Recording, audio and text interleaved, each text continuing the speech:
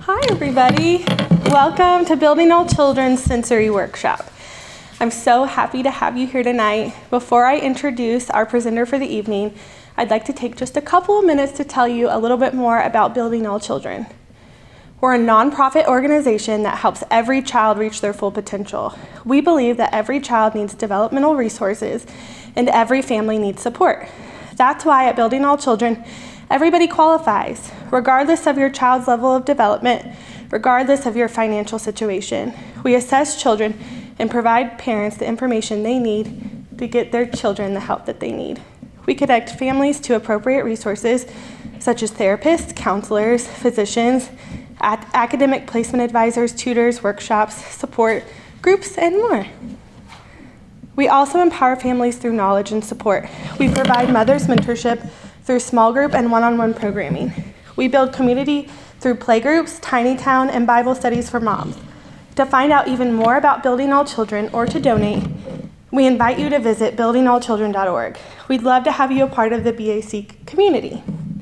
Now I'd like to pray over us and then welcome Heather Parmley to the stage. Heather is unmatched in her knowledge of sensory integration. I can personally attest to her care for children and commitment to their growth because my son sees her as his occupational therapist, and he's made many gains because of her support and guidance.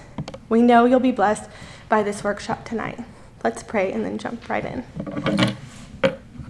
Heavenly Father, we just love you, Lord. Thank you for every single family that's in this room tonight. Lord God, we just pray for wisdom and guidance as we steward and guide the children that you've placed in our care, Lord God. Just be with us, Lord. Let everything we say and do tonight bring you glory and honor. We love you, Father. In Jesus' name we pray, amen. If you'll all help me welcome Heather. Thank you. Good evening. I'm excited to be with you all. We're going to go through lots of information, so you've got some notes, and I'll kind of tell you when to refer to them. But I'll introduce myself a little bit more. I've been an occupational therapist for 26 years, but my first 11 years was with adults, so all different types of settings, so hospitals, acute care, inpatient rehab, and long-term care. And I had some great experiences that I feel like have, molded me and shaped me into even, a better therapist, even though it was with adults, and now I work with pediatrics. And one of my favorite experiences was in Oklahoma City at Jim Thorpe Rehab. It's an inpatient rehab. And I had the opportunity to be on a brain injury team. And on that floor, that's all we saw was patients with brain injuries, but one wing was specifically for pediatrics. And it wasn't always full, but I loved every chance I got to work with kids on that floor. And I knew someday I wanted to be in peds all the time. And so in 2008, I switched gears big time from adults to peds and was in Tulsa public schools. And so I got to work with a big team of OTs and OT assistants and learned a lot from, especially one that had great sensory knowledge. And so I kind of shifted all of my continuing ed then to pediatrics, sensory processing, sensory integration, and reflex integration. Just kind of jumped all in with my continuing ed in that way. And then I worked in Tulsa public schools, Broken Arrow public schools, and then about 2015 kind of merged into Tulsa, the public school, private school sector. I met the best OT I've ever worked with, and her name is Debbie O'Connor. And she had the connection with Building All Children already. She was already getting referrals from Building All Children and connected with Kendra and knew everybody there. And so I got to work with her until she retired in 2019. And so now I took over her clinic. It's like a private clinic that's inside Metro Christian. So I can see kids from anywhere, but it's inside that school. And we also serve Holland Hall and some other little private schools in town. But it's been so much fun and a passion of mine to work with kids and families. And tonight we're really going to talk specifically about sensory processing. But I want you to understand too what OT is, because it's kind of the allied health profession that people can't really explain, because physical therapy and speech therapy and usually PT, OT, speech are together with kids or with adults depending on the setting. And PT is easy to understand, I feel like, for explaining. They get you from point A to point B. And speech is easy to understand. It's, communication or cognitive skills. But OT, it sounds like it's therapy for your job. And essentially it is. So I tried to help my husband when we got married because he said, how am I supposed to tell people what OT is? And I said, okay, your PT gets you from point A to point B. And your OT says, what are you going to do at point B? Because it's your occupation. So it's what occupies your time. So OT is very holistic. We look at the whole child, the whole student, and look at their roles in life and what occupies their day. And so OTs in any setting look at self-care, work, and leisure. And so with the child, you think about their roles. They're a son or daughter, a sibling, possibly. They could be a student if they're school age, and you think about what they're required to do in their roles in life. What are their activities of daily living for a kid? And so at home, it could be getting dressed, depending on their age, picking up toys or some simple chores. And then in the school setting, it depends on age completely, because are they supposed to sit crisscross and on the rug at circle time? Are they required to sit at a desk or sit at a chair? Do they have responsibilities in the classroom, like the little helper, whatever that is? Like, what are their roles throughout the day? And that's how an OT looks at all the things that kids need to do. Even the playground. I mean, that's gross motor, but it's also social.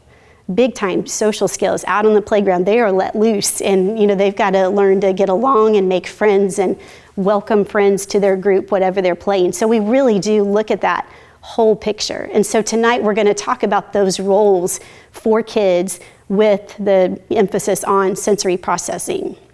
And so I want you to understand, I'm going to read a little bit, but I promise I won't read the whole night. I just don't want to miss things, and I'll get excited and get off track. But in order to achieve developmental milestones, children must be able to intake sensory input, process it in their brain, and then have a response that's appropriate. And most of the time, this happens subconsciously or automatically. For us, it does. We're all sensory beings. And sensory information is one of the first that's developed in the womb. If you think about even just vestibular, we're going to talk about some specific new senses that maybe you haven't learned a lot about yet. But movement in the womb, the fetus is turning, so that's a sense. Movement is one of the first ones developed. And we rarely stop to think about how all of those 5 senses affect us every day in everything we're doing all day. So if you think about little stuff like a bug crawling on your leg, you brush it away, or the air conditioner turns on, and you might hear it and you might feel it, but you work and do your stuff anyway. If you're at work or home, you carry on, or a light that's going out and it flickers, like we carry on. We can tune it out, but some kids can't. So think about that in a different way for your kids. Like, how are all of these sensations affecting them in their body? Sensations, we'll talk about that a little bit, but also everything around them, all day, every day. We all have our sensory quirks, things we don't like. Some of us still love roller coasters. And then, if you're like me, I loved them when I was a kid, and now I can't stand them, can't do it anymore. And that's vestibular. I mean, that's my system changing because I'm getting older. But even things like people twirl their hair, tap their foot, chew gum, we do those things to regulate ourselves, and we do them all day. We just don't think about it for our kids as much. We see their, it looks like behaviors, and it looks like things they're doing, but it's because maybe they're not regulated, because they don't know how. And we want to talk about tools tonight, like how can you help them to feel regulated, to feel good in their body so they can get through the day. Because you and I can tune out some things and ignore things, get through the day, but sometimes kids can't do that as easily. So usually a child will seek what they're needing, especially if you watch kids run out on a playground, they'll go to different things. So they can't verbalize that to us, but they typically seek what they're needing, but sometimes it's not to the level of intensity or frequency that their body needs. So maybe they didn't get enough and they're going back to class and they're not regulated still, even after recess. So I just want you to kind of think about that big picture, and we are gonna go through some definitions, but don't worry, you need to know it. I want you to know these. So our plan tonight is go through some definitions, talk about 2 particular systems in depth, the vestibular system and the proprioceptive system. And then I want to give you a lot of examples, just because I think it'll create pictures and let you think of things that you're seeing with your kids. And And then how to apply it. Like, what do I do? Now that we have tools and know what these systems are, what do we do? And then I want to give you a lot of resources. So, okay, we got to get through this. But trust me, you'll want to know this. I want you to know good information about sensory processing. So the book, this one, who has it? Because I know Building All Children recommends it. This is going to be like your best friend if you're interested in more information about sensory processing. This is in your resources, and it's called The Out of Sync Child. So a lot of information that I've pulled for this presentation is from here, and I want you to know that because this is the easiest to understand for parents and teachers. And so this definition is from The Out of Sync Child, the ability to organize sensory information for use in daily life. This is sensory processing. It's the ability to take in sensations of touch, movement, sight, and sound coming from the body and the world around the person, and being able to respond in a regulated way. That's what we want. That's the goal. And for an OT, my goal is to evaluate a child and figure out what they're needing and teach them how to verbalize, what they're needing so that they can say, I need to get up and walk. I need somebody to squeeze me so tight, or I need a break and I need to get away. Any of those, we're going to talk about the different levels. But also my goal is to educate parents and teachers, anybody in that kid's world. We need to help them understand that it might not be behavior. This might be a need that we can really help. And teachers, I think, we can help them so much, because if they thought about the different things this way, it would make their day easier if they're providing the kids what they need to regulate. It would make it so much easier for them. So sensory integration, when I was in OT school, we went off of Dr. Ayer's theory. And so she was an occupational therapist and also an educational and developmental psychologist. And she passed away in 1989. She was out in California. But this is her definition of sensory integration. And it's kind of similar. It's the organization of sensations for use. Our senses give us information about the physical conditions of our body and the environment around us. Then the brain must organize all of our sensations if a person is to move, learn, and behave in a productive manner. She was the first to describe sensory problems as a result of inefficient neural processing. And this was, long ago. And so it's really fascinating that she did this research. She taught OTs, and that's where she started. She was developing the theory of sensory integration and teaching OTs how to assess kids and how to help them with their sensory integration problems. So Dr. Ayers is like, in the OT world, she's like the queen for sensory integration. Okay, so back to this. If you have this, or if you get this, I want to explain the D in SPD, and this helped me the most, because have you heard sensory processing disorder, like the word disorder? And so I want you to know right away, there's not a code, like a diagnosis code that goes with SPD, and that's from the Diagnostic and Statistical Manual of Mental Disorders, the DSM. So the DSM, they come out with different versions, every few years. They have a code that goes with a diagnosis. And so if it doesn't have a code, that affects things, with insurance. That's where that plays in and why it's important. But I want you to understand, and this book really did help me understand the differences in the D for SPD, because it can stand for differences, difficulties, disorder, and I even use deficit sometimes in my documentation. And so I like how they kind of explained it, Carol, in different levels, because everybody might have a sensory processing difference. And then there's, a different level where it might be considered a deficit or a disorder. So it's pretty gray. There's not a number that you could put on, like, well, when do we call it a disorder? And as an OT, I don't want to make that diagnosis and call. I get reports that have sensory processing disorder from psychologists or from pediatricians, but even then, the American Academy of Pediatrics recommended that pediatricians don't use SPD as a standalone diagnosis. And it can be the only thing.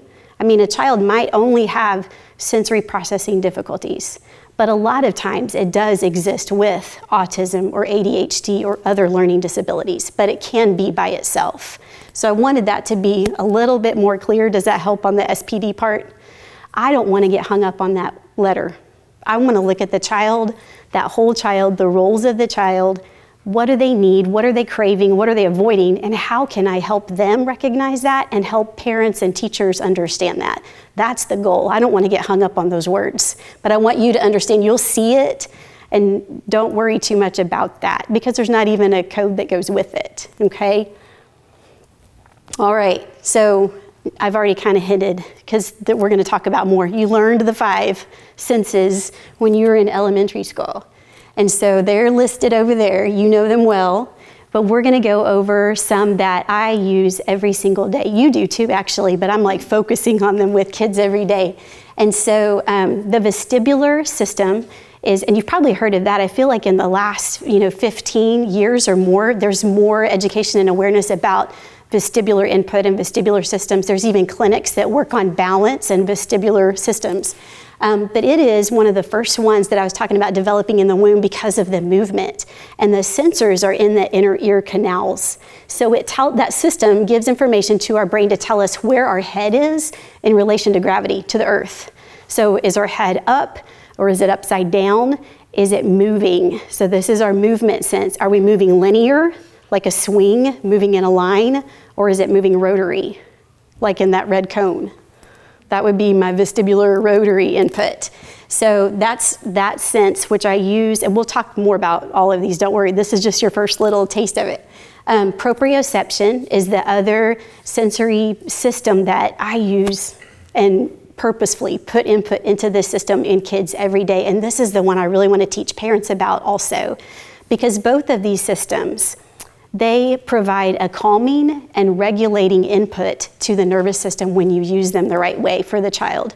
And that's what we want. We want them to be calm and happy, confident and regulated and organized. So proprioception, the sensors are in your muscles and your joints, and they give information to your brain about pressure, movement as well, but like awareness of your body and pressure, so that I would know how hard to push that door. How much force am I going to give that door to open? Or how tight is someone hugging me? How tight are my clothes? Or how loose do I need them to be because I don't like them tight? That's all your proprioceptive senses working together. And so we'll get into some good examples that help that, to be more clear for you. Interoception is the receptors in your internal organs. And so it tells our brain information about being hot, cold, hungry, needing to use the restroom, all of those things. And sometimes kids don't have those sensations. And one of the coolest things recently, I have a little girl, she's about 5 years old, and we've been starting the tactile brushing protocol, and she never expressed her feelings to her mom. And then after a few weeks of doing that tactile brushing protocol on a regular basis, she started verbalizing things that her mom has never heard her say. Hungry, tired, just not feeling good. But she had the words and put it with what she was feeling. And it was so exciting because it really does, you're giving them input. Their nervous system is regulated. Then they can tell you more about what they're feeling, and that's how we can help them. Okay, so dysfunction. We're going to talk about that because you've probably seen some things that you're like, that just doesn't seem right. So when kids have difficulties, it's like a traffic jam in the brain for sensory dysfunction. It's like things are not making sense or not connecting, or something's too much or not enough for them to register the information. And so signs of sensory dysfunction could be any of these. We'll kind of go through them quickly, but think of overly sensitive to the lights, sounds, touch, but also on the opposite end of that, underreactive, undersensitive. So they don't notice things like touch and light and sound as much as they should normally. Easily distracted. I mean, we see that all the time with kids, but is it a sensory thing where they can't focus? Is it ADHD? Is it sensory? Is it a combo? That's where it's hard to tell.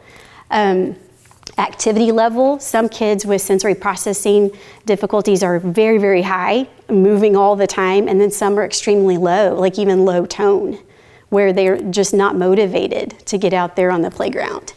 pursuing movement kind of with the activity level, clumsiness or apparent clumsiness. They might have the motor skills, but they like the planning. Something's off and they're not getting the information, because think about movement and pressure, body awareness. Those systems might need something because they're not getting that information.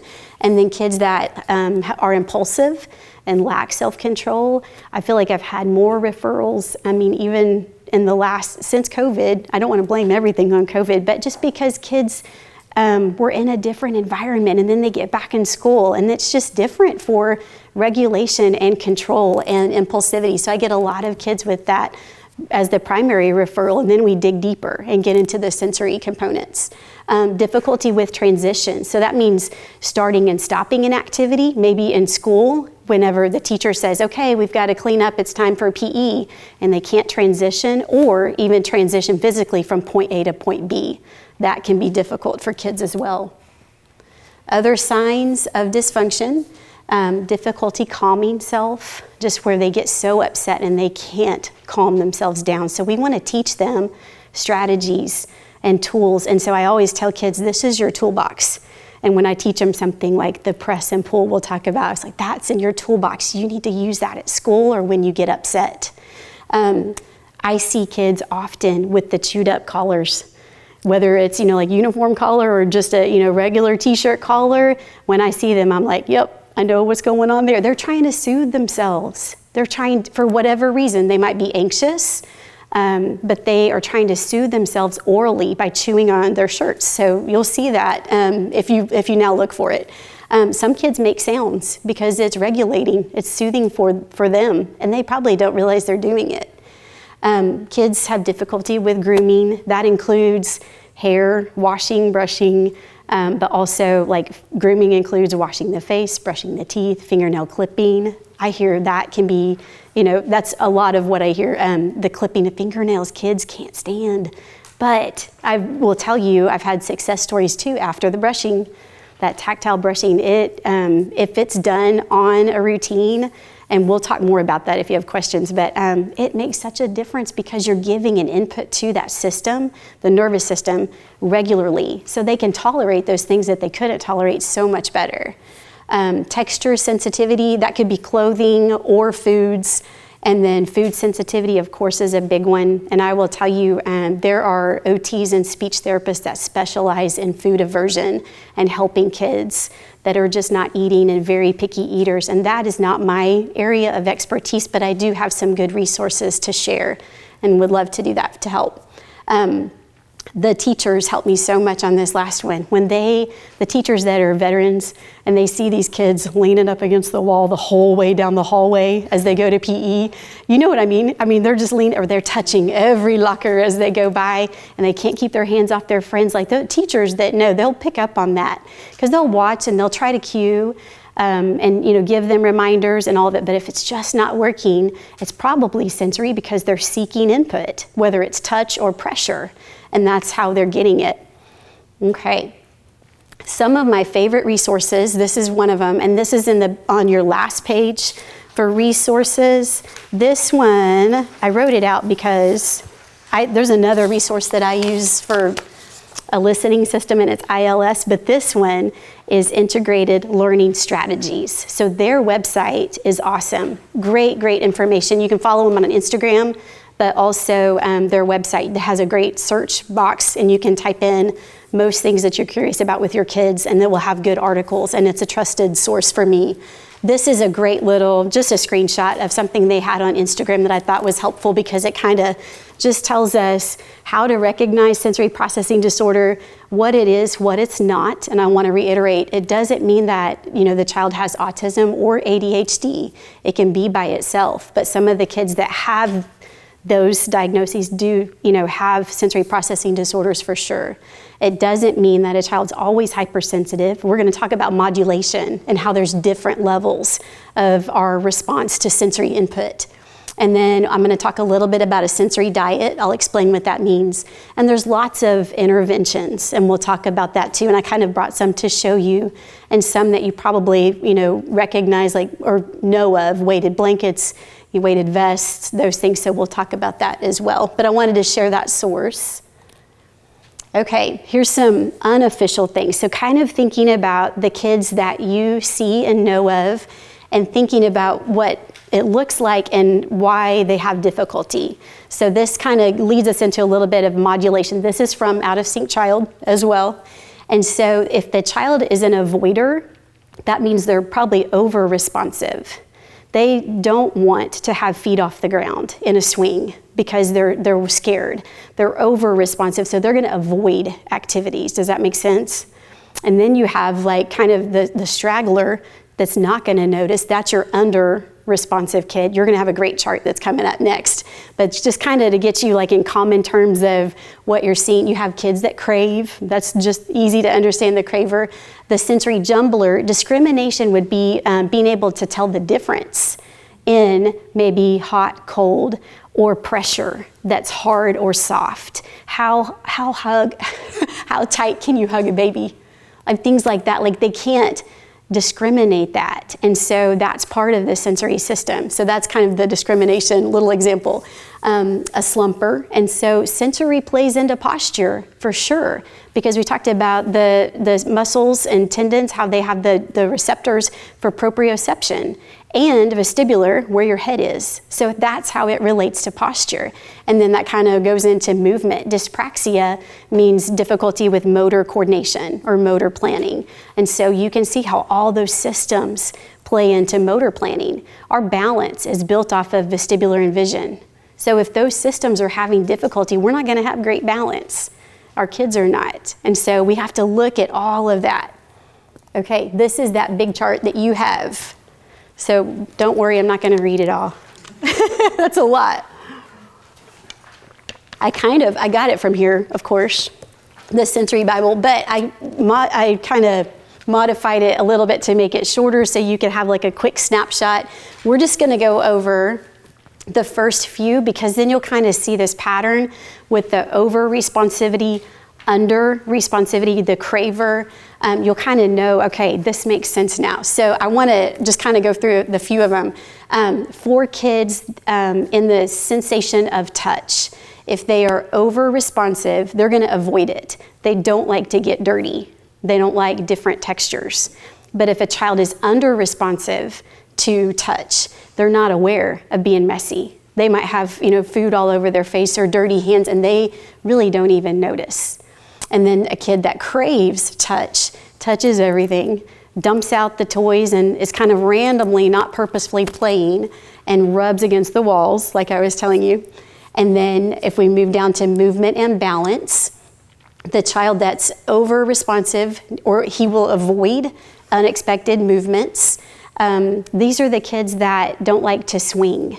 And so it's because they're scared of getting feet off the ground. And when I document that, I call it gravitational insecurity. So it's interesting. I have a little platform swing, like a square, it's a plywood with carpet on it. It's only a few inches off the ground when I hang it. And it is interesting to see those kids who are oversensitive to that movement. They avoid it. They don't want it. And so we don't start with that. We might start with putting something on it and they move the swing. So they've got control, but it's baby steps to get there, and definitely trial and error. But I had such a good example of a child that did not love swinging recently, and we've been slowly doing vestibular input every session. And mom sent me a video of, those spinny things at the park where they sit in it like a bucket and it just goes nuts. He's going in those now. That's big time. So I was like so excited. So I love when parents send me videos like, look what he's doing now. That fires me up. I love it. So then the under-responsive or sensory straggler on movement doesn't notice, like unaware of falling, just kind of oblivious to movement. And then the kids that crave movement, that's easy to see. They just don't stop. They can't sit still. That's why teachers, have options for seating. Sometimes that's too much, like the ball chairs or the wobble chairs. Sometimes it's just right. And that's the challenge with sensory processing, is finding that just right input to help them regulate to get through the day, to get their jobs done that they need to in their roles. We'll do one more, and then you got it from now on. Body position and muscle control. Over responsive, those are kids again that avoid the playground, and they also avoid sports because they know it's going to be challenging. It's not going to be fun. Parents want kids to do that sometimes and want their kid to be involved, but they might not feel comfortable. That doesn't sound fun to them because they know it's going to be very hard. Or under-responsive to body position, kind of lacking a motivation to move, just not wanting to get up and move, and not aware either. Kind of the kid that slaps the feet when walking. I feel like that's a little proprioception too, like getting input, but it's also related to the body posture and muscle control. And then kids that crave the body posture and muscle control, they are craving the deep pressure, the bear hugs, bumps, crashes. Kids will come into my room and I've just got a mat, and they're the kids that are just falling on purpose. Have you seen that? You can picture it just falling out of the chair on purpose. Now, sometimes when kids fall out of chairs, it could be related to other things, right? With the posture, body control, awareness. So they might not be doing it on purpose, but they also, at some different level, might be craving falling and crashing and getting that input. So it's hard to tweak out, but if we're giving them the inputs they need, it seems like, they will be more regulated. Those behaviors that we look like behaviors will lessen. Okay, so are you good for the rest?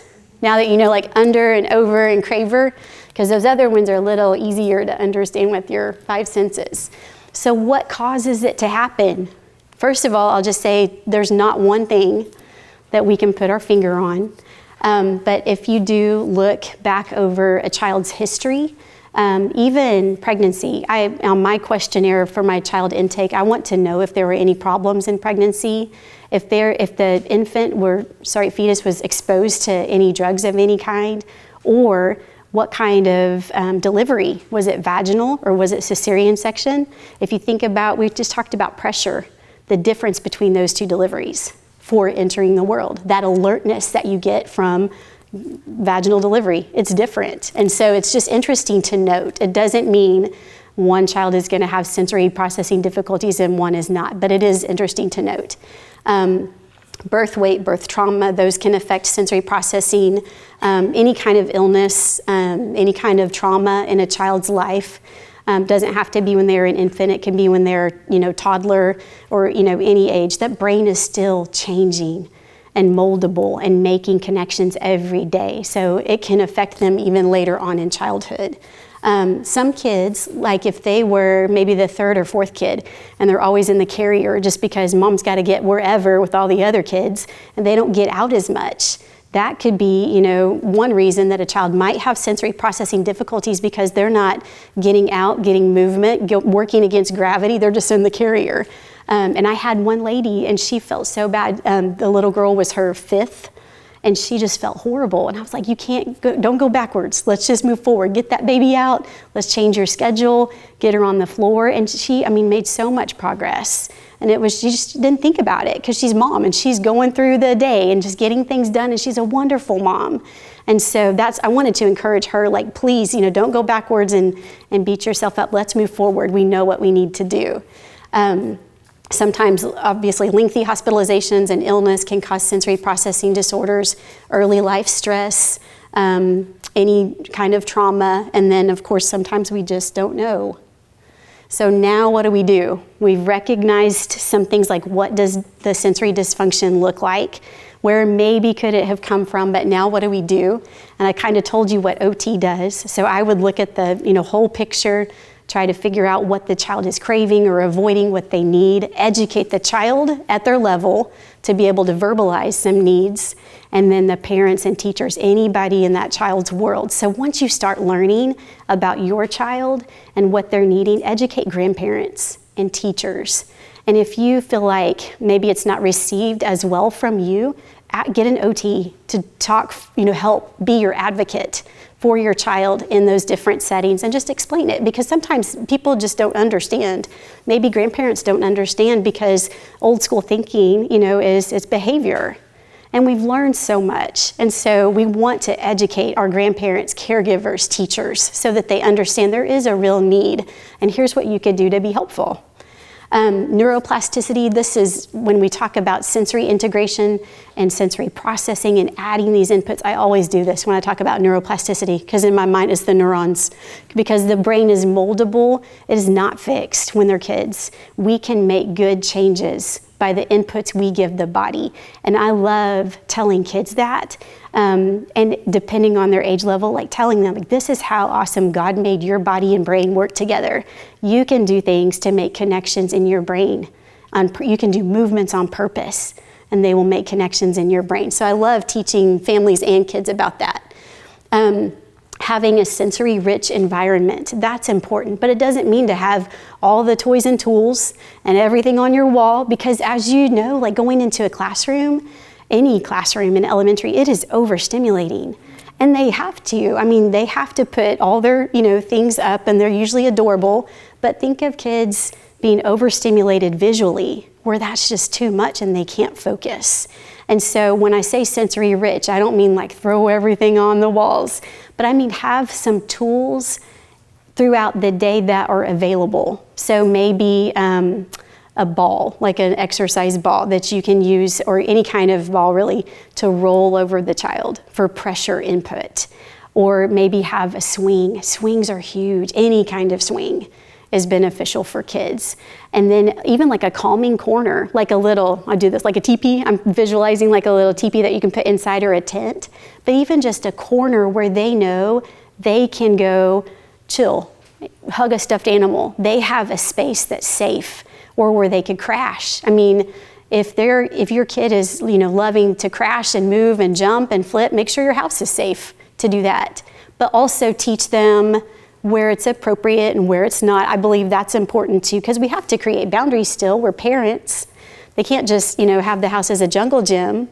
But if while they're little, your couch is gonna be, a apparatus, maybe, make sure that whatever's around it is okay for that, if you're okay with that. So that's all, individually based, of course, for each kid.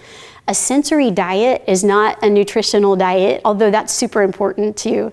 And that would be somebody else's expertise. But a sensory diet is where an OT would look at their schedule, their day, no matter what age. And I look at, just break it down, like where do they start the day, where are they having difficulties, where can we implement sensory strategies throughout the day to help them feel regulated.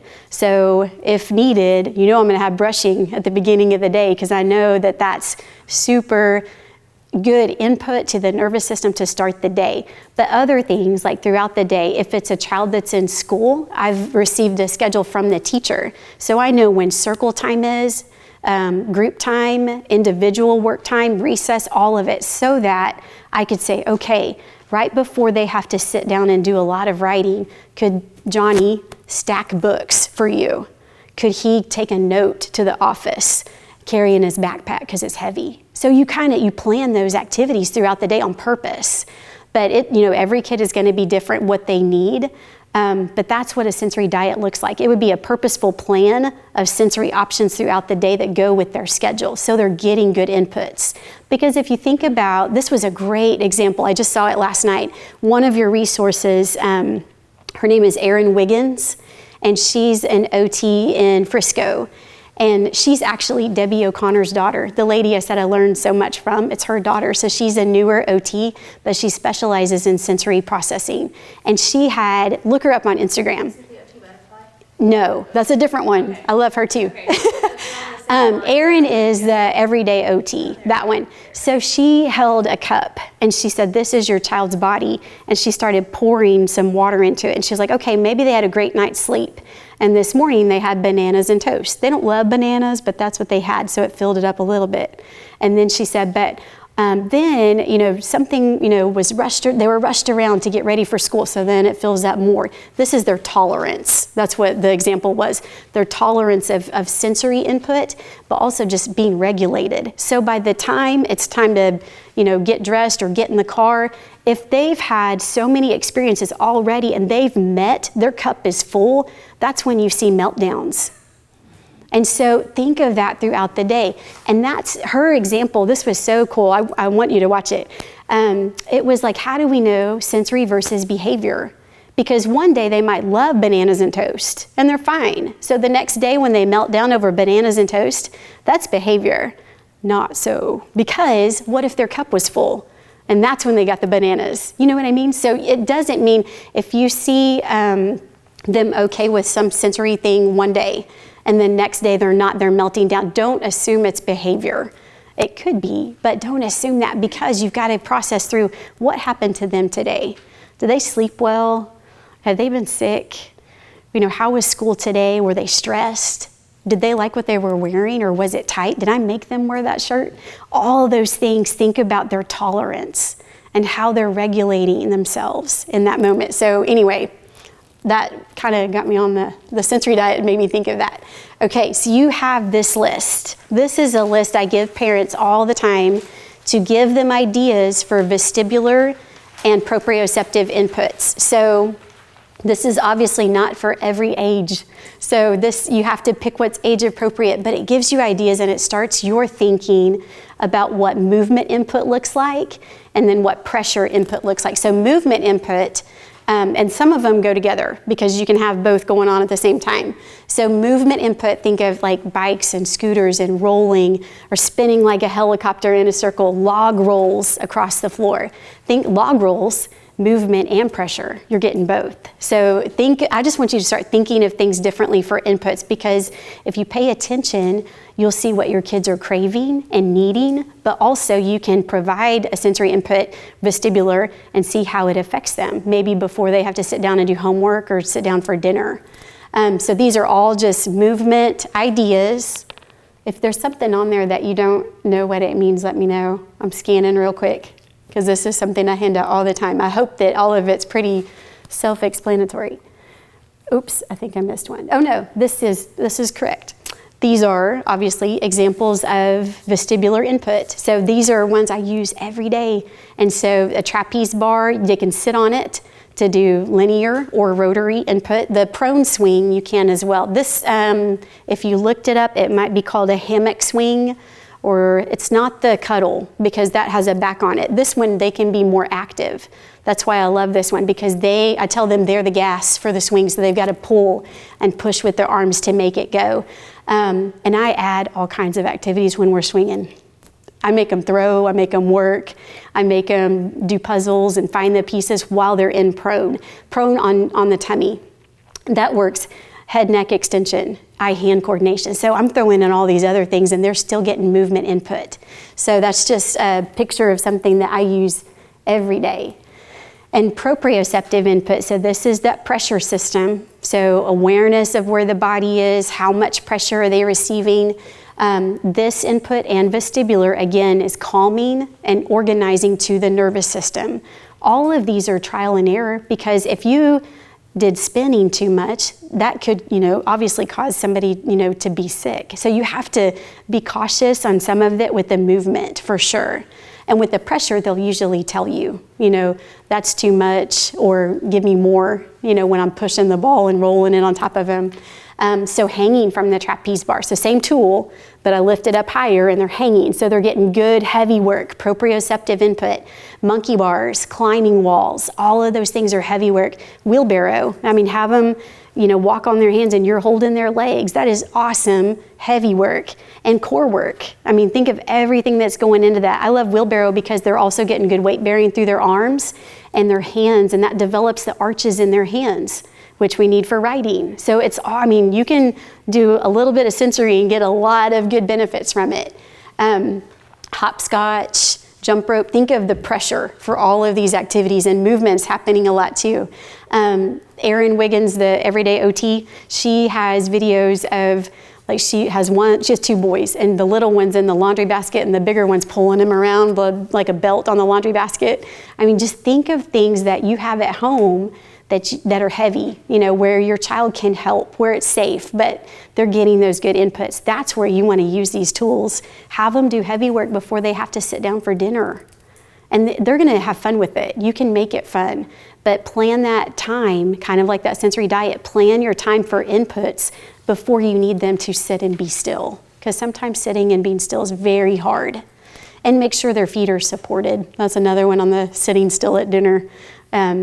If they're not grounded and their legs are kicking, they're not supported as well. That could be a reason they're wiggly. So that just made me think of that. We'll talk about some of the weighted tools, weighted blankets, weighted vests, proprioceptive vests.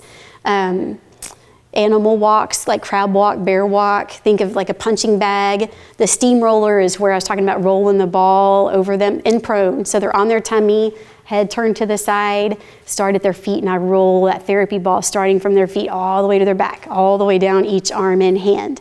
And I always tell them, I won't squish your head. And then they say, put it on my head. That happened today. And I was like, I don't squish heads, but you can feel it on your head. And then I tell, parents the same, start at the feet, push hard. And they'll give you feedback. The kids will say, too heavy, or I want more. Sit-ups, that's heavy work. Push-ups are heavy work. And even think of oral, like chewing and biting, that's pressure input. That can be calming. Chewy tools for kids that are oral seeking. I caution, sorry if I'm touching something, I'm not. I caution parents because I know they're useful and helpful, but watch for their age appropriateness and social appropriateness. So I wouldn't want a first grader in a typical classroom having a chewy necklace. Does that make sense? If they're little, sometimes that is okay. And because kids don't care, when they're little, but when they get older, other kids notice. So please be, aware of that if you're thinking of some need for a chewy necklace. So here's that same trapeze bar used for proprioceptive input. You're good. So the hanging, this one I call sloth. We have another hold that we do called monkey, and they all know them that work with me. The brushing, that's proprioceptive and tactile input. You will, if you looked up tactile brushing protocol, you'll probably see a lot of different opinions and videos on the brushing protocol. There was an OT with the last name Wilbarger, and she created the tactile brushing protocol. And some OTs who have been trained and gone to courses in her technique say that if you can't do it this way, it is not beneficial. And I disagree because her technique is every 2 hours. And if kids are in school, that's not possible unless you have this amazing preschool aide that you've trained. And so a lot of times it's not possible. So that's why it's gonna depend on your OT and what they recommend. But I will tell you that I see benefits from kids that get brushing just morning, after school, evening, just 3 to 4 times a day. I see benefits. One dad told me this afternoon, he's only been doing it 2 or 3 weeks, and he said his behavior in school is so much better. And the teacher commented, it's so cool. And so in the preschools, sometimes those teachers' aides, they are all in because they realize it helps them too, to get through, for the child to get through the day, for them to get through everything they need. And so I have worked on training some of those preschool aides to do the brushing protocol. And so that's something you would want training to do. This is a surgical brush. I'm sorry, I didn't tell you what kind, and I forgot to bring one. It's just a soft bristle brush that, like for, cleaning fingernails. And you can order sensory brushes on Amazon, of course, in a pack that's all colored and cute. So there's the cookie dough. You can call it whatever you want. Steamroller, cookie dough. I have a bolster. I think I have a picture of that one coming up that I use as well to roll over them. So this is that other lady, the OT Butterfly, that you can follow on Instagram. She has great little snapshots of things like this that make sense. And so this is all about heavy work. She did some little pictures, or what do you call them on Instagram? Is there a word? Reels? Stories? No, it was just like little screenshots, but I don't know because I'm not as techie. Really quick? No. Just pictures, I don't know. But I was like, I like that, I'm gonna save that. So this is ideas for heavy work before school, and they're probably on that list of proprioceptive input. But I like, she's suggested stomp like a dinosaur to brush your teeth. And just think of things that kids like. Make it tailored to them and what they love. Then there's heavy work at school. So this one, I feel like I'm often telling kids and teachers strategies for kids to get heavy work input or proprioceptive input at their desk. Because it's kids, it's times when they are not allowed to get up maybe. And I'm thinking older, 2nd grade or so, the boys, that they're wiggly, but they're not supposed to get up. And so I teach them to press their hands together really tight. Try it if you don't mind. Press really, really, really tight where you're feeling every finger, you're feeling your palm. Now hook your fingers and pull as tight as you can. Yes. And then I also teach them to do chair push-ups. But that input feels good. Do you think it felt good just a little bit? So think of kids needing that heavy pressure. They can do those 3 things, press, pull, and chair push-ups right at their desk. And so this year, I should have done this a while ago, made a video that I could like quickly send teachers. Like, hey, try this. He knows it. Please remind him. All you've got to do is this. And he knows the cue. So I'll teach the kid, hey, this is something that can work. If I share it with your teacher and she does this, you know what to do. And I mean, they'll use it if they remember it, but we've got to teach them strategies. That's the tools. That's what I tell them on this one. This is a tool in this toolbox. Use it because it will help you and you can sit and you can focus. These are some other ideas she had. The weighted lap pad, that's this tool that you could use for, I think of the younger ones, like maybe circle time, just where they're having to sit and they've got just a little bit of weight input to their lap so that they can just be still and it feels good. And you're welcome, I'm gonna get these out to you in a moment, but you're welcome to look at any of this when we finish. Again, animal walks, squeezing, like squeeze fidgets, that's proprioceptive input or heavy input. So think that can be calming and it can help a kid stay in their chair, stay in their seat. This is also, when we're talking about kids in school, it's always up to the teacher. So that's where if you need an advocate to help you, if you're saying my OT said this, or we want to try this, even if your kid is not in OT, if you need that advocate to say, this is the reason why, I mean, use an OT for resources, use Building All Children. They know this stuff, they know the benefits, and we can give you the information you need to pass to the teacher for the reason why. So it's not about just having a toy at the desk. And then before bed, so a lot of times they're gonna need that heavy work before bedtime. So this is just some other examples that she had that were good for heavy work before bed. I'm gonna play this, but we're not gonna listen to it. I'm just gonna tell you what it is, because it's this is in your resources. This is the Flag House, is that okay? Let me get it bigger. The Flag House Therapy Channel, Sensory Channel. Flag House is a company that makes therapy equipment. The idea is to create a sensory path, or in your home, you could do this where you can use painter's tape like on the floor. So they follow the tape and maybe you have X's when they get to a spot that they're supposed to do push-ups. And then they follow the tape and then you have a sign that makes them do bunny hops or hopscotch or wall push-ups. But you're creating a sensory path. And these are some tools that they had that were small and portable. This is, I'm gonna probably say it wrong. I wanna say Billabo, is that right?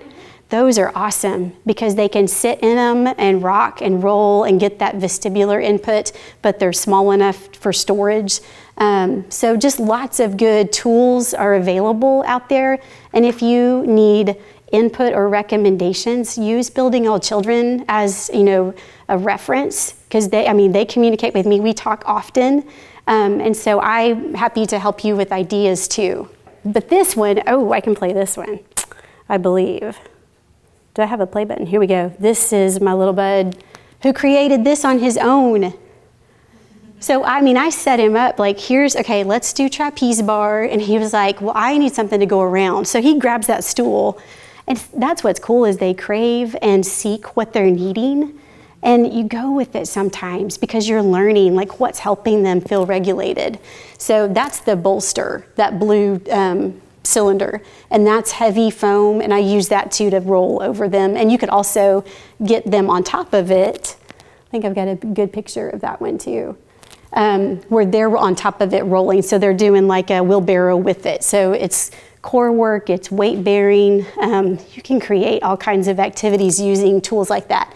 I showed you the mirror because I use the mirror a lot for feedback for the kids, but I have some kids it's too distracting. So I've got a couple of them in a row, one day a week, and I just cover it so they can't see. But just an example of just pay attention to what kids are craving or avoiding so you can kind of adjust your environment a little bit for them. This is the OT Butterfly's daughter, I believe, and it was just a great picture of great heavy work. So that Climb Tulsa, is that the name? That's awesome for kids because they're getting so much good heavy work, but also I think grip strength, core strength. They're building confidence. That's a great place for kids to work. Okay, here's some weighted accessories or tools that we can talk about. The first picture. The second one. Oh, did Andy bring that? Oh, okay, I'll tell you about it. But there was supposed to be one here tonight and I forgot to check. The first one is a weighted vest. So on weighted vests, they should be about 5 to 10% of the child's body weight. And weighted vests will come where you can adjust the weights in it. They also have proprioceptive vests, and they feel like neoprene material, and they Velcro so that you can, get that tight hug feeling. Some vests are both weighted and compression. And so what's important on the vest wear is a schedule and using it at appropriate times. So they shouldn't wear them all day long at school because there was research, like we used to think they would habituate to them, like where it didn't make a difference later because they're so used to it. And the most recent research says that that's not so true, that they won't habituate, but a schedule still is good. And the reason they say they won't habituate is because they're breathing, moving while wearing the vest, so that changes the sensation. But I would still recommend a schedule for vests. If it's a child in school, that would be times when you need them sitting, at the desk, or maybe circle time or rug time when you need them sitting, not moving as much. You don't want to have a child wear a vest at recess because they're going to seek what they need, right? So we don't want them weighted down for that. I have one student, though, they put some little ankle weights on him during lunch. And at first I was like, I don't know if I like that. But it's not the vest on him, it's just those ankle weights, and they're very light. And just that little bit of input helped him to be able to sit just for lunchtime. So it was helpful. So vests, make sure you're using the recommended weight and wear schedule, and educate teachers. Like if it's something you want to do at home and you want the child to have a vest during the day, please communicate with whoever recommended it, your OT or someone from here, and communicate that with your teachers. The second one is a body sock. So those are so much fun. And I have a little one that I loaned out. That's what happened. I loaned it out and then asked for her to bring it. That's okay. It is like swimsuit material, so it's real stretchy.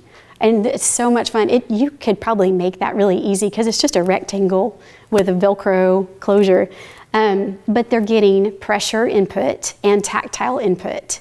And when I was at Tulsa schools, we had them in all sizes. And I was, new to OT or pediatrics and sensory stuff. So I'd take this stuff home and try it with my kids, and they loved those things.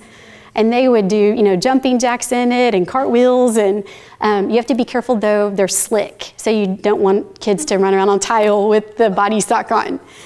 Compression sheets, those are newer to me. They haven't been out as long as I've been working in OT with kids. I think that is all of this is individual needs. You have to look at what the child needs, what's appropriate, the age, because I feel like that could be scary for a young kid, but an older kid who felt comfortable like getting out to go to the bathroom, at night, or just like that tight feeling, I think it's okay. But I think younger kids, that might be something it's going to be individually based, if that would be helpful. Weighted blankets, you can do 10% body weight. You can add 2 to 3 pounds on top of that. So 10% body weight plus 2 to 3 pounds is the kind of recommendation for weighted blankets. And they can use those, nap time is fine, bedtime is okay. They're probably, not going to habituate to that. It's going to be helpful and calming to go to sleep. So does anybody have weighted blankets that they're using? Yeah. Do you love it? Is for you or your child? For him, yeah. Because I have a big one and it's so heavy, sometimes it just gets too hot. And so I know there's different types that have better like cooling components with what they're made of. So this is where I wanted to share toys and fidgets. I had so much fun because I just went to Ace Hardware, like their little walk-through checkout. So you all come play. Just grab something, pass it around. There's sound. Just think of all the senses that, these things are working. These are like fidgets And please come play. This is old school, isn't it? And my 15-year-old, I left it out on the counter, and every day he's been messing with it. This is one of my favorites. It's a marble inside mesh. It's just a fidget that they could have at their desk. So I put these in my treasure box because I love those. And this one, the pop tube, it's all kinds of pressure, noise input. So I love this. they're so fun. So please come play and explore and check it out. We can scoot the table back to you. I know, they're so fun. It's almost like calming just watching that thing. I know, yes, that one too, for sure. All of that table, except for the pop tube, is from Ace Hardware. I went after church Sunday, I was like, I need to load up. Yes, and probably better prices than Ace Hardware. But the pop tubes, you can get those in like different colors in a pack on Amazon. No? If you have multiple kids. Well, true. That is absolutely true. Okay, so here's just kind of another great photo slide from Instagram that kind of just shows dysregulation versus regulation. When our kids are regulated and they've got those good inputs, they're going to be calm, they're going to be able to have a conversation with you, they're going to feel good in their body. So that's the goal, is teaching them, what do you need? Tell me so that I can help you, or hopefully they can verbalize what they're needing so that we can help them. And then resources, I think the one I forgot that I thought of later is Alicia, ALISHA, at yourkidstable.com. If you search yourkidstable.com, she's an OT named Alicia, and that she specializes in the eating, food aversions. So that was a good one that I thought of after, and I'm sorry, so yourkidstable.com. And her name is Alicia. Other good books. This one has a lot of good information on sensory as well. So it's got development information, but also very good sensory information. Inspired Treehouse, that's one of my favorites for ideas, for just activity ideas with sensory input. Go Noodle. Teachers use that a lot for motor breaks. And that's a great one. And they can just turn on Go Noodle and, find something fun to do. Cosmic Kids Yoga is another fun one. So movement breaks are so important. And if you're doing homeschool or your kids are not old enough for school, you can use those. And what's good is it's purposeful movement. It's structured and it's beneficial for them. It's just fun, but it's like for a reason. But I want to tell you also, I just want to encourage you, because the sensory processing journey, sensory integration, if you have a child with any difficulties, it is definitely a journey, and it can be frustrating and it can be expensive at times.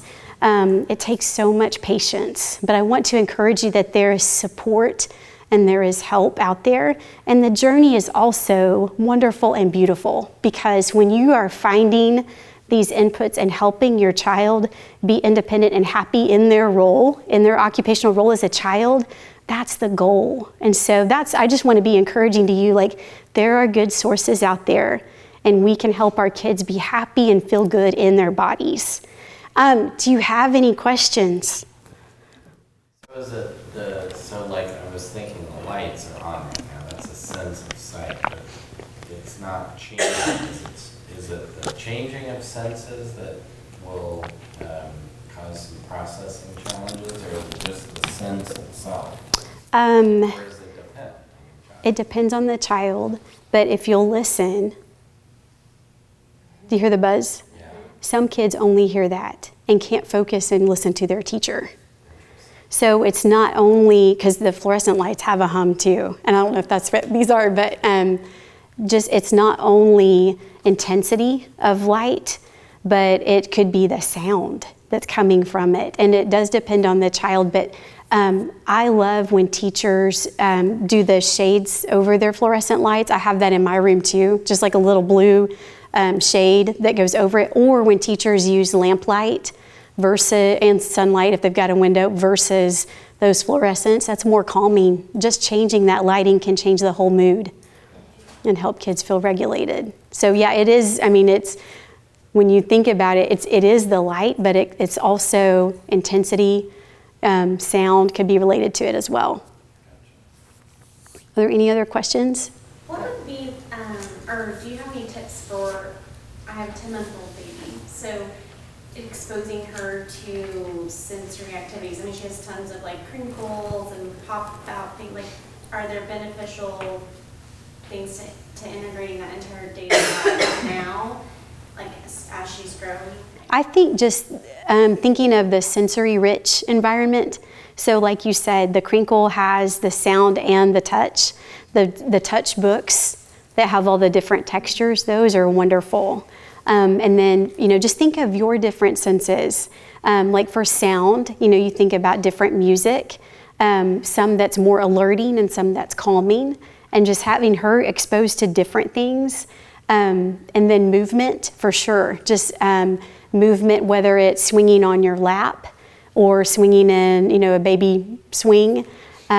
Pressure, just kind of go through those senses, the list, and make sure that she's getting exposure, to each of those so that you can observe, how she's regulating, how she's handling it, and how, what things she might really like and what things she doesn't, so that you'll know as she's growing, is this something that's, going to bother her as she gets into school age or, whenever she moves to the next step. But I would just think of that sensory-rich environment where you're really paying attention to your senses and movement, pressure, all that she's experiencing. Okay.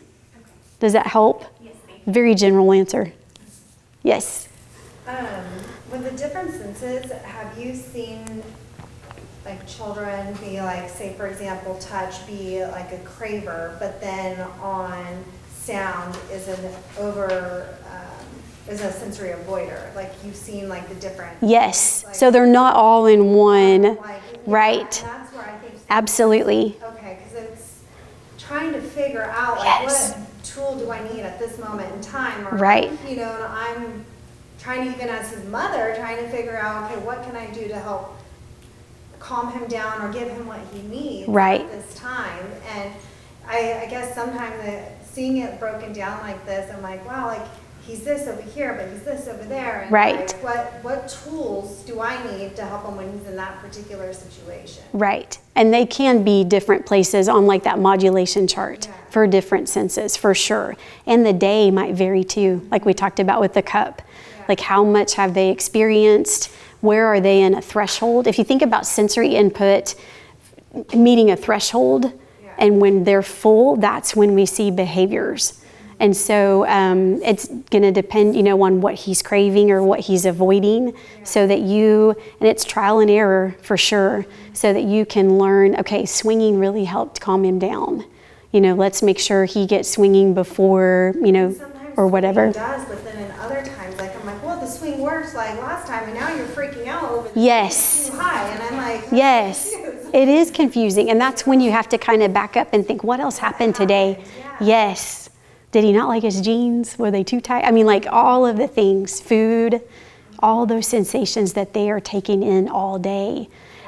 Because some kids, this is very common, they'll hold it together all day at school, and they get home and melt down, and they know right and wrong, but they have tolerated and regulated themselves all day, working harder than maybe a child who doesn't have those difficulties, and then get home and you say, Johnny, can you put your shoes up? And they're like, oh, I can't handle it. It's the end of the world.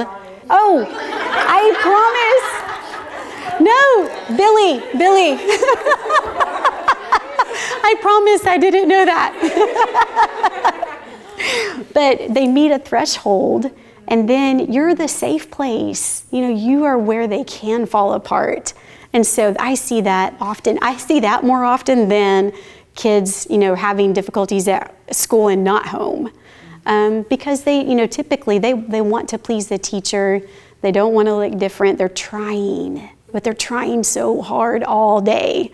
So sadly, like parents, we get the not bad, but we get the behavior, that is not the most pleasant sometimes. Yes. Safe place. Yes, absolutely. Yeah. I have a hummer, so like to regulate, he hums just like a. Yes. Like it's constantly Yes. and everything. Would you let him do that to sensory regulate, even though other people notice it, or would you discourage that? I think age level, is something to consider, but just asking him if obviously he's doing it, but sometimes he might not. So maybe having an activity going on, like maybe you're playing a game or maybe watching something, and maybe record him and show him later. Like, listen, do you hear that? You do that a lot. Is there something else we can do that feels good to your body? Because if you're going to go to, church and you're supposed to be quiet, or maybe school and you need to not do that, or it's distracting, let's find something that feels good to you. So kind of bringing it to their attention. He likes blinking too, so I wondered if I could even say like, you want to hum and you should be quiet, maybe blink.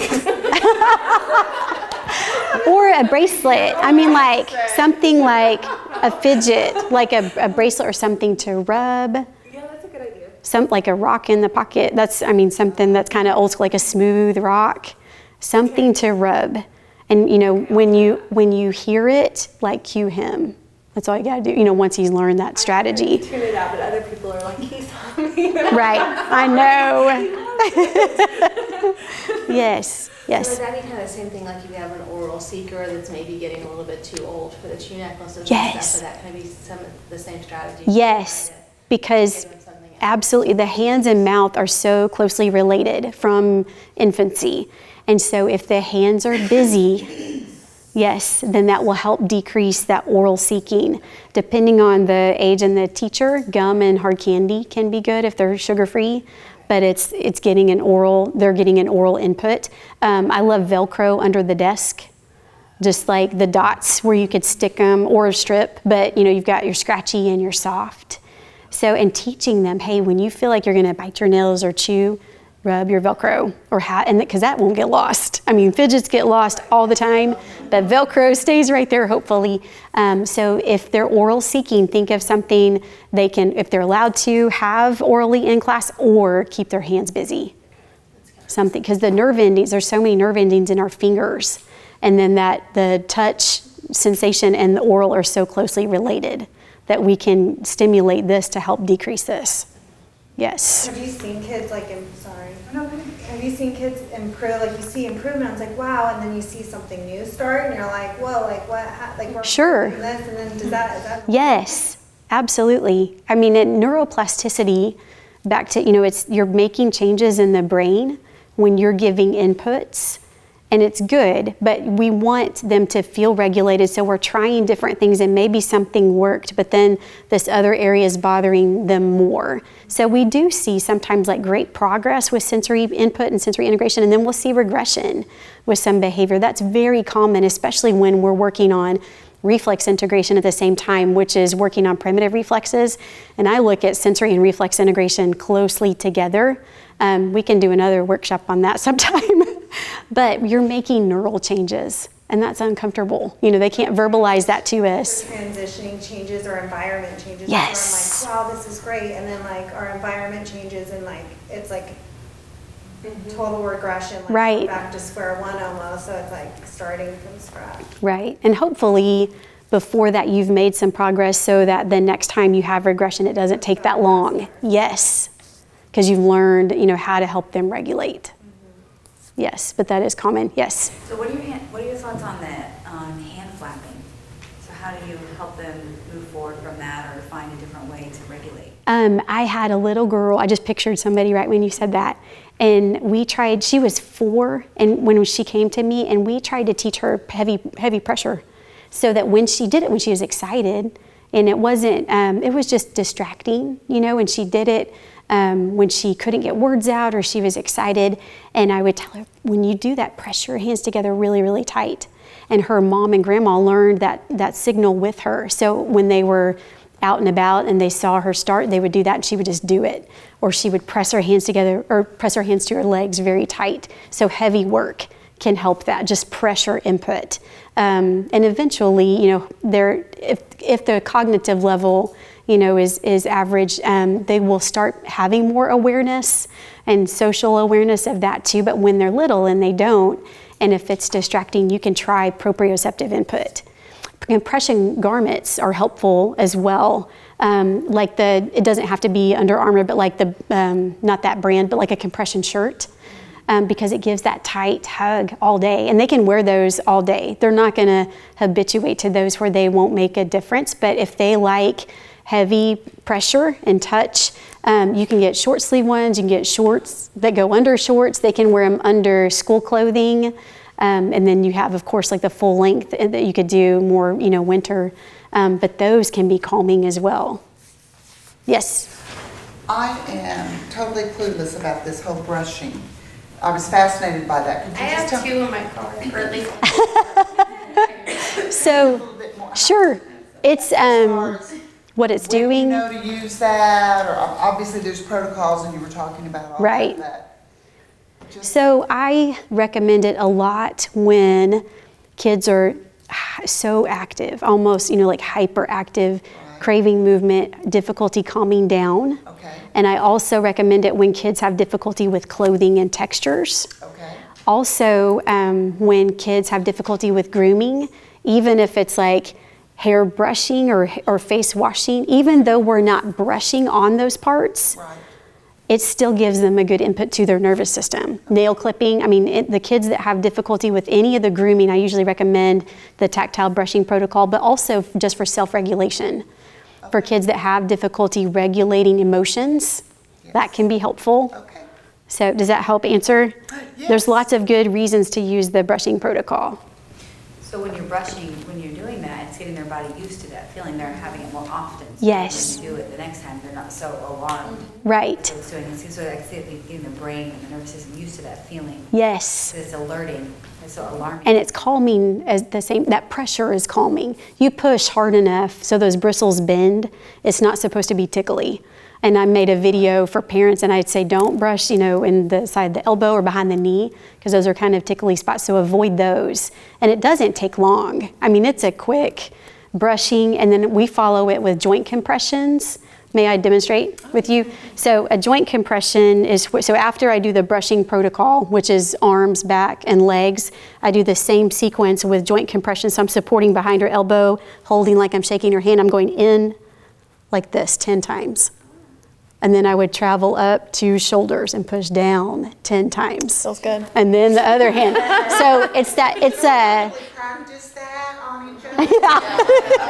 then you'd be, I realized Yeah. I had some of these sensory things as a kid and didn't know what they Yes. The awareness is so much better. I think that's why we hear of it more. You hear about sensory processing disorder because there's education and awareness, because growing up we didn't hear about it much. And it was the thought of its behavior, not so much sensory. Yes, exactly. So there's so much good education information out there, almost overwhelming, when you start searching. Yes. So, my little guy, it's like when you start learning about this, it's like I'm watching him like he's a science experiment, like all the time. And his skin is just very sensitive to hot, to cold, being outside all day in the wind. He couldn't stand it. We had to constantly find a building and take a break. And so I noticed that when he got like very overstimulated, like everything seems to overstimulate him. He can't, he just starts laughing awkwardly. Like he can't even communicate the thing. And so I'm trying, just, Jack, you can just say that, the bath water was too hot last night. You just say this is too hot. Is that okay? And so he laughs awkwardly and all these different times and says it tickles. And so it's like the connection to him is Right. not, Yes, it's that discrimination. Yeah. I think it's Yeah. like the interoception, like the feeling, Yeah. but also discriminating, like being able to verbalize what is that. Well, and I almost think it's like it's so interesting because these young children have such a heart to please, and I see that and I'm like, well, Mommy wants me to take bath right now, but I'm going to try to do this for you and make it positive, but I hate it. Right. So it feels so, you know what I'm saying? Yes. I know you know what I'm saying, but what is the long-term goal? Like that they learn what their sensory system needs and they grow into their adolescence and that it's like Yes. all okay? And it might not ever go away. I mean, Just have to. but they learn how to deal with it and how to regulate. Yeah, they learn what feels good, what to avoid, what they need to use to calm down, how to use words better. So, I mean, like I said at the beginning, we're all sensory beings and deal with things, and we all have quirks, but we get through the day. And so that's the goal, is, hopefully him learning how to verbalize it, but also just what feels good to my body, what can I do, so that the next thing is not so overwhelming. And that's an example of why, like, brushing would be good, because it's a constant input to the nervous system that's calming and organizing. Yeah. So it would help with all those things that Yes, yes.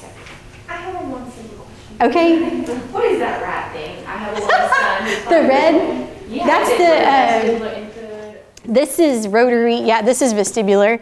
So I have them sit crisscross in there and hold the sides and roll.